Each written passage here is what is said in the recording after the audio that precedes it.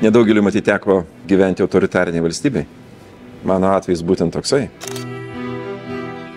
Tai nebuvo sistema žmonėms. Tai autoritariniai sistemai viskas yra ribota. Arba tau leidžia, arba ne.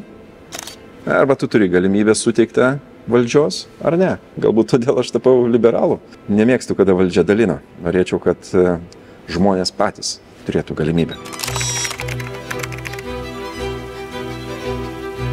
Mano biure sienos nukabintos lietuviškais paveikslais. Lietuvos didžiosios kunigaikštystės paveikslas.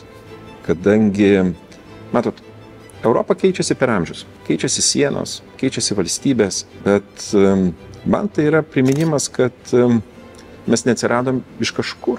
Mes nesam nauji. Mes buvom didelė valstybė, įtakinga, galinga valstybė.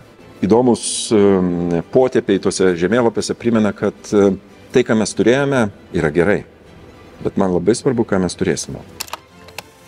Todėl atėjo diena, kad aš pasakiau, kad tas žinias, kurias aš esu sukaupęs galbūt ir valstybės tarnyboje, ir akademinėje veikloje, galima pritaikyti ir politikoje.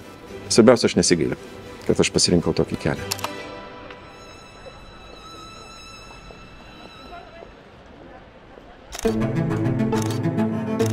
Mes atėjome į Europos parlamentą, kuomet Europos politika, aš tikrai negaliu pavadinti, būtų nuobodus. Tai yra laikotarpis, kurį matyti Europą atsimins ilgai. Russia's war of aggression against Ukraine was a uniting factor which brought us to the need of strong and reliable common security and defense policy. Pastovių pokyčių ir naujų tokių anksčiau galbūt net neregėtų iššūkių metas. In our relations with Ukraine, the immediate priority is a common fight against COVID-19. Man yra asmeniškai smagu, kad aš stovėjau ir buvau įvykių sūkuryje.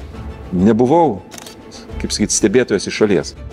Kaip baigsis karas Ukrainoje, kaip susiklostys mūsų kaimynų situacija, Baltarusija. Todėl aš esu atsargus optimistas. Belarusian people are bravely facing unlawful arrests, humiliation, assaults. Their brave and inspiring actions require 3 simple actions from our side: solidarity, support and sanctions. Aš labai tikiuosi, kad mūsų tas pažadas europiečiams, kad jūs galėsite didžiuoti savo kontinentų, savo valstybę. Aš labai tikiuosi, kad jūs girdite mūsų tą pažadą, kad mes darom, ką galim, kartais vėluojam, bet vienaip ar kitaip mes nesukame į šalį, palikdami jūsų vienus, ta prasme piliečius, gyventojus, su naujom grėsmėm. Mes sprendžiame tuos klausimus ir įsiklausome jūsų nuomonę.